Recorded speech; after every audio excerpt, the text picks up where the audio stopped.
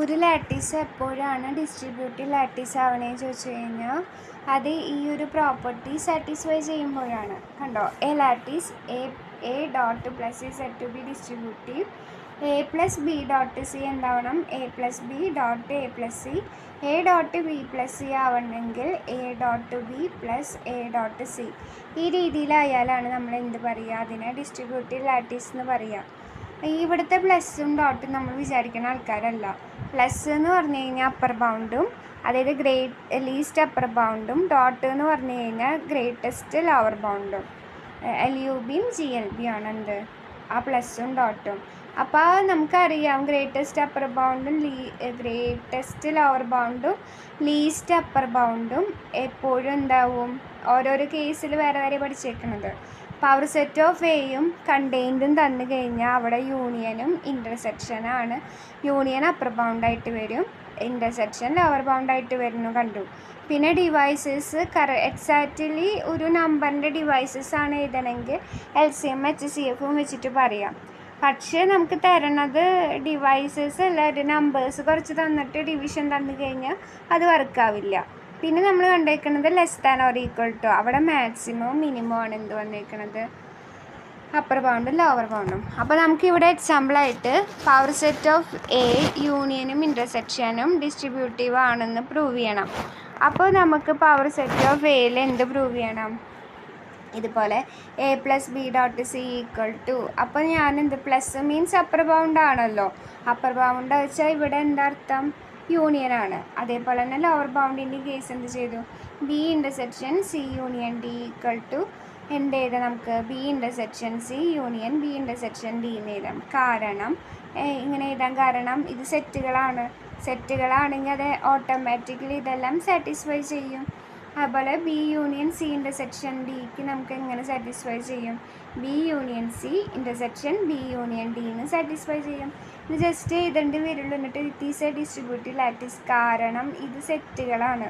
സെറ്റിൽ യൂണിയനും ഇൻ്റർസെക്ഷനൊക്കെ ഡിസ്ട്രിബ്യൂട്ടീവ് ആണെന്ന് നമ്മൾ ഓൾറെഡി കണ്ടു കഴിഞ്ഞിട്ടുള്ളതാണ്.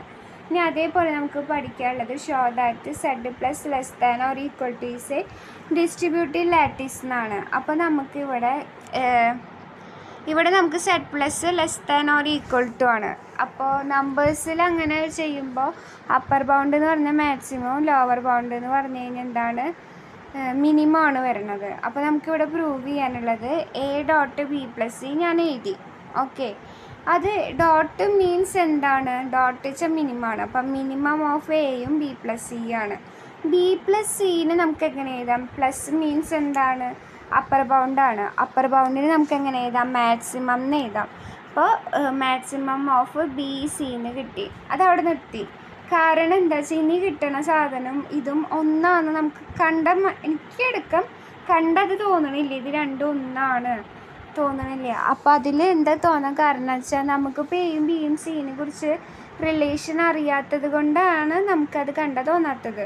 അപ്പോൾ ഞാൻ അതിനെന്താക്കുന്നു, 6 കേസായിട്ട് അതിനെ മാറ്റിയിട്ടാണ് ചെയ്യണത്. അപ്പോൾ ഇതിനെ സ്പ്ലിറ്റ് ചെയ്യുമ്പോൾ എന്ത് വരും, A dot B plus A dot C എന്ന് വരും. പ്ലസ് വന്നിട്ടുണ്ടല്ലോ, പ്ലസ് വന്നു കഴിഞ്ഞാൽ അതിനർത്ഥം അപ്പർ ബൗണ്ട് ആണല്ലോ. അപ്പോൾ മാക്സിമം ഓഫ് എ ഡോട്ട് ബിയും എ ഡോട്ട് സി ആണ് നമുക്ക് വേണ്ടത്. അപ്പോൾ maximum A dot B, dot എന്താ അർത്ഥം, ലോവർ ബൗണ്ട് എന്നാണ് ഡോട്ടിൻ്റെ അർത്ഥം. അപ്പോൾ അവിടെ എന്ത് കൊടുക്കണം, മിനിമം ഓഫ് എ ബിയും മിനിമം ഓഫ് എ സിയും ആണ് നമ്മൾ എന്ത് ചെയ്യേണ്ടത്, കൊടുക്കേണ്ടത്. അപ്പോൾ നമുക്കിത് നോക്കാം. അപ്പോൾ കേസ് 1 ഞാൻ എന്ത് ചെയ്തു, A less than or equal to B less than or equal to C എന്ന് കൊടുത്തു. അപ്പോൾ ഇവിടെയുള്ള സെൻറ്റൻസ് എടുത്ത് എഴുതാണ് കേട്ടോ, minimum of A maximum of B C. അപ്പോൾ ഈ കേസിൽ മാക്സിമം ഓഫ് ബി സി, ബിയിൽ സിയിൽ മാക്സിമം ആരാണ്, സി ആണ് വന്നിരിക്കുന്നത്. അപ്പം മിനിമം ഓഫ് എ ബി ചോദിച്ചു കഴിഞ്ഞാൽ അതിൻ്റെ ആൻസർ എ വന്നു. അടുത്തത് ഞാൻ ഇക്വേഷൻ 2 എന്ന് കൊടുത്തിട്ടുണ്ടല്ലോ. അപ്പോൾ അതേപോലെ ഞാൻ എന്ത് ചെയ്തു, maximum of minimum of A ബിയും മിനിമം ഓഫ് എ സിയും എഴുതി. അപ്പോൾ അവിടെ നിന്ന് എനിക്ക് എന്ത് വന്നു, മാക്സിമം ഓഫ് എ എന്നാണ് വരുന്നത്. അപ്പോൾ അതെനിക്ക് എന്ത് കിട്ടി, എ എന്ന് വന്നു. ഇനി അടുത്തതിൽ കേസ് 2 എന്ത് വരും, A less than or equal to C less than or equal to B എന്ന് വരും. അപ്പോൾ അതിനർത്ഥം മിനിമം ഓഫ് എയും മാക്സിമം ഓഫ് ബി സി ഇപ്പോൾ നമ്മുടെ എന്തായി മാറി. ഇത് ഞാൻ സെയിം അതന്നെ എടുത്ത് എഴുതിക്കൊണ്ടിരിക്കുക കേട്ടോ. ഇതിൽ കേസുകൾ മാറുമ്പോൾ മാക്സിമം മിനിമം മാറുന്നല്ലേ ഉള്ളൂ, വേറെ പ്രശ്നങ്ങളൊന്നുമില്ലല്ലോ. രണ്ട് സൈഡ് ഈക്വലായിട്ട് കിട്ടിയാൽ മതി. മാക്സിമം ഓഫ് ബിയും സിയും, ബിയിലും സിയിലും മാക്സിമം നമുക്ക് ഏതാ കണ്ടറിയാം. ഏതാ മാക്സിമം വരുന്നത്? ബിയിലും സിയിലും മാക്സിമം വരുന്നത് ബി. ഇനി മിനിമം ഓഫ് എ ബിയിലെ മിനിമം എ അല്ലേ, A less than or equal to C less than or equal to B. ഇനി മിനിമം ഓഫ് എ ബിയിലെ മിനിമം എ ആണ്, എ സിയിലെ മിനിമം എ ആണ്. അപ്പോൾ ഇവിടെ രണ്ട് സ്ഥലത്ത് എ കിട്ടി. കേസ് 2 കഴിഞ്ഞു. അപ്പോൾ നമ്മൾ എ ചെറുതായി എടുത്ത കേസ് കഴിഞ്ഞു. ഇനി ബി ചെറുതായി എടുത്ത കേസുകളാണ് അടുത്ത് ചെയ്യുന്നത്. B less than or equal to A less than or equal to C. അപ്പോൾ അവിടെ എന്ത് വന്നു? Minimum of A maximum of B C എന്ന് വന്നു. അപ്പോൾ ഇതിൽ ബിയിലും സിയിലും മാക്സിമം വാല്യൂ എന്താണ് വരുന്നത്? ബിയിലും സിയിലും മാക്സിമം സി ആണ്. അപ്പോൾ മിനിമം ഓഫ് എ സി ആണ്. എയിലും സിയിലും ചെറുത് എ ആണ്. ഇനി അടുത്തത് ഇവിടുത്തെ മിനിമം ഓഫ് എ ബി. എയിലും ബിയിലും മിനിമം എ ആണ്. മിനിമം ഓഫ് എ സി, എയിലും സിയിലും മിനിമം എ ആണ്. അപ്പം മാക്സിമം ഓഫ് എ ബി ഏതാ ചോദിച്ചു കഴിഞ്ഞാൽ അപ്പോൾ കേസ് 3യിലും ഈ പറഞ്ഞ ആൾ സാറ്റിസ്ഫൈ ചെയ്യുന്നുണ്ട്. ഇനി അടുത്തത് കേസ് 4 ആണ്.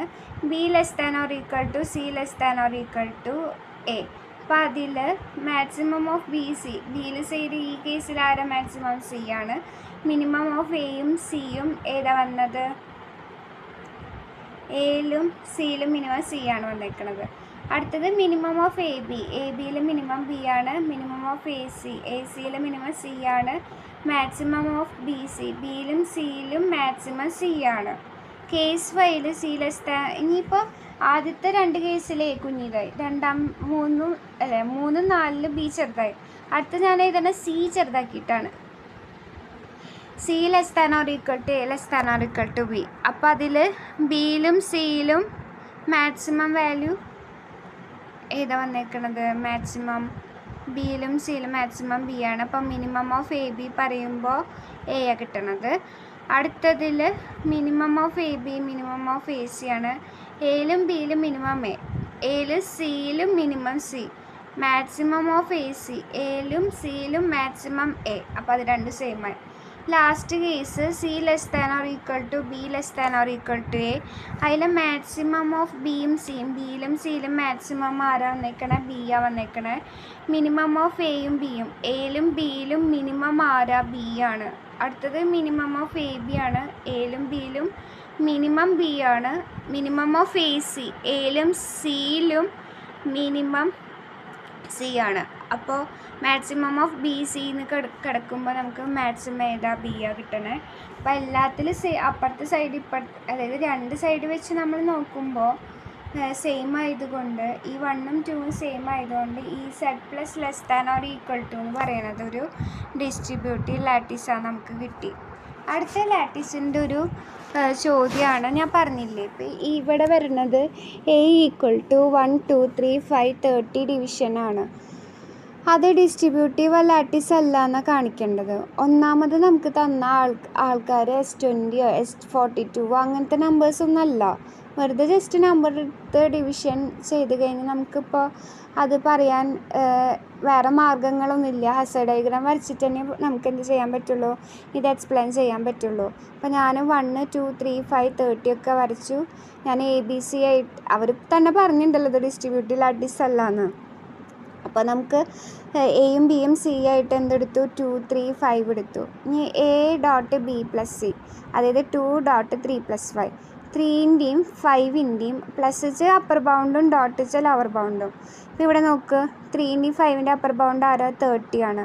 ഇനി 2ൻ്റെയും 30ൻ്റെയും ലോവർ ബൗണ്ട് ഏതാ വരുന്നത്? 2ൻ്റെയും 30ൻ്റെയും ലോവർ ബൗണ്ട് 2 ആ വരുന്നത്.